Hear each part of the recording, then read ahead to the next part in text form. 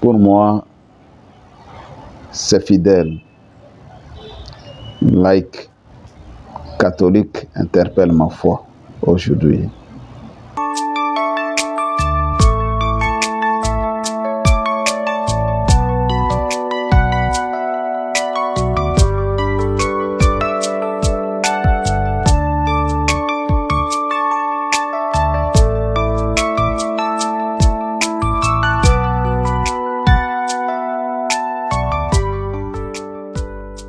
Vous avez une expérience personnelle avec Bakanza. Comment est-ce que vous le connaissez? Oui, mais le chrétien catholique Ernest Mboko. Oui, certainement, au-delà de ce que je suis aujourd'hui comme archevêque de Mbandaka Bikoro, donc le diocèse d'origine, donc d'Isidore du Bien-Aimé Isidore Bakanza. On est parti du Congo comme missionnaire, et bien, cela fait plusieurs années, c'est-à-dire qu'on était encore des adolescents.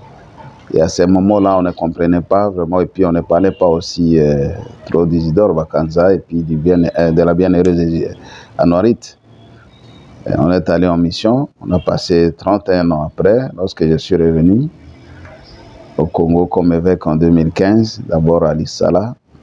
C'est à ce moment-là que les fidèles, ce sont des fidèles qui ont commencé plus tôt donc, à parler du bienheureux Isidore Bakanza, et surtout comme patron des laïcs, nos amis donc, du CALCC, mais aussi des autres mouvements d'action catholique, on parlait déjà. C'est à ce moment-là que nous avons commencé également à nous imprégner de cette spiritualité, de cette dévotion également. Progressivement, on voyait déjà découvrir la grandeur d'Isidore Bakanza, mais surtout lorsque, en 2019, j'ai été nommé archevêque de Mbandaka Bikoro, et en 2020, je suis arrivé physiquement ici pour la prise de possession canonique. Cela était devenu encore beaucoup plus pressant pour que moi-même je puisse accompagner les fidèles dans cette dévotion, comme dans la vie spirituelle en général.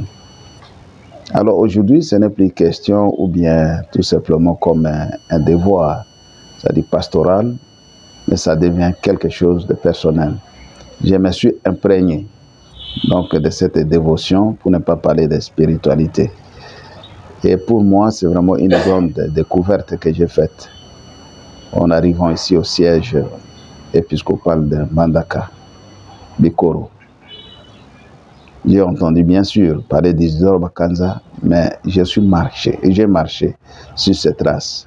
En commençant par son baptême à Bolokwasimba, voire même à Bokende, là où il est né, parce que bon, j'ai déjà effectué donc, des visites pastorales là-bas.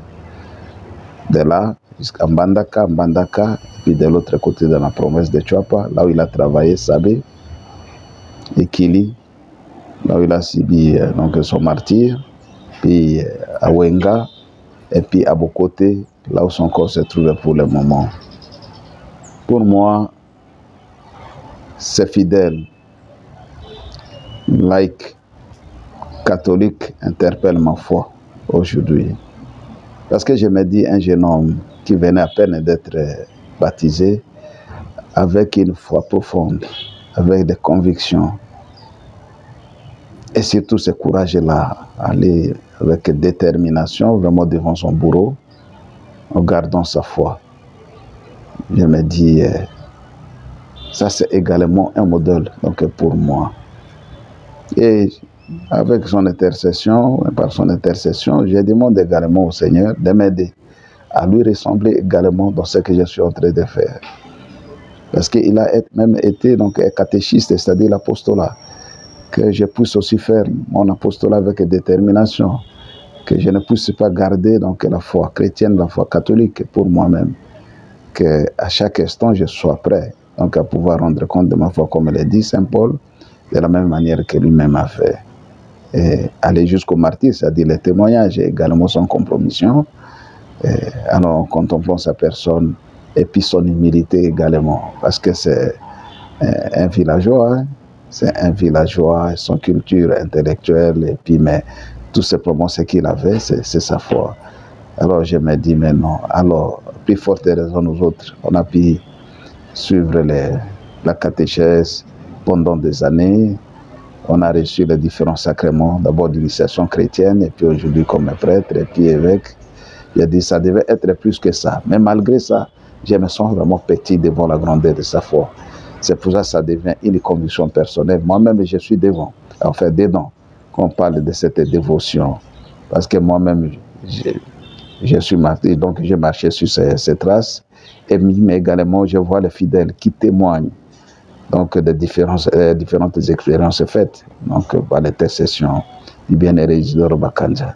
Alors c'est ce qui fait que pour moi, ce n'est plus quelque chose d'extérieur ou bien un devoir, parce que je suis là accompagné des fidèles, mais je suis vraiment dedans et d'une manière régulière aussi, je fais ce devoir-là, d'effectuer un pèlerinage personnel, non tout simplement comme un pasteur qui accompagne ses fidèles, ou bien qui visait ces lieux saints, donc sur les tracés bien-aimés Isidore Bakanja, mais c'est pour ma propre sanctification. Et comme vous l'avez évoqué dernièrement, donc en allant à Ikili de l'autre côté, donc là où il n'y a même pas de route, un enclavement total. Donc pour y arriver, j'ai dit, ça c'est vraiment un véritable témoignage, ou bien tout un véritable donc, pèlerinage.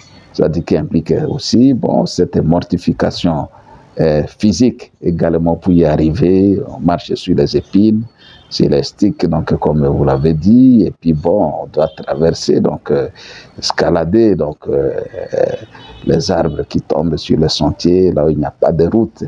Donc alors qu'on arrive avec, vous voyez, un peu les traces ici, donc ça c'est comme stigmate, ça vient de là. Alors je suis content parce que si François d'Assise a eu des stigmates donc, dans ses mains, et moi, pour moi également, donc c'est ça, à cause de l'évangélisation, et puis dans cette grande brousse, donc de la Chuapa, sur les traces du bien-aimé Isidore Bakanja. Beaucoup de gens posent des questions, mais je suis très content de garder quand même cette marque, c'est-à-dire, bon, donc des fois comme un stigmate, et puis c'est aussi un chemin de sanctification pour moi. Et en revenant chaque fois qu'on le fait, on est vraiment heureux d'avoir effectué ça, mais aussi on sent qu'il a une certaine élévation spirituelle. Oui. Nous avons besoin des lieux saints également dans notre pays, dans notre église et partout ailleurs. Ce n'est pas du temps perdu, donc du tout. Oui. C'est comme ça que je crois fermement tous ces exercices-là de foi nous aident. Puis c'est témoin de la foi catholique que l'Église nous a donné. C'est aussi, nous avons cette opportunité-là. Parce qu'il y a des gens qui viennent de partout, nous qui sommes sur place. Si on n'en prend pas garde, on risque de trouver que c'est ordinaire. Parce que bon, nous sommes tout près de ces lieux, et puis on les connaît, et puis on en parle. Mais lorsqu'on essaie de faire un peu avec un peu de recul, on cherche à dépasser ce qui est physique, entrer en tout cas dans la vie du bien-aimé Isidore Bakanja. C'est à ce moment-là que tout devient vraiment poignant donc pour notre vie. Merci, monsieur. Merci, révérend Père.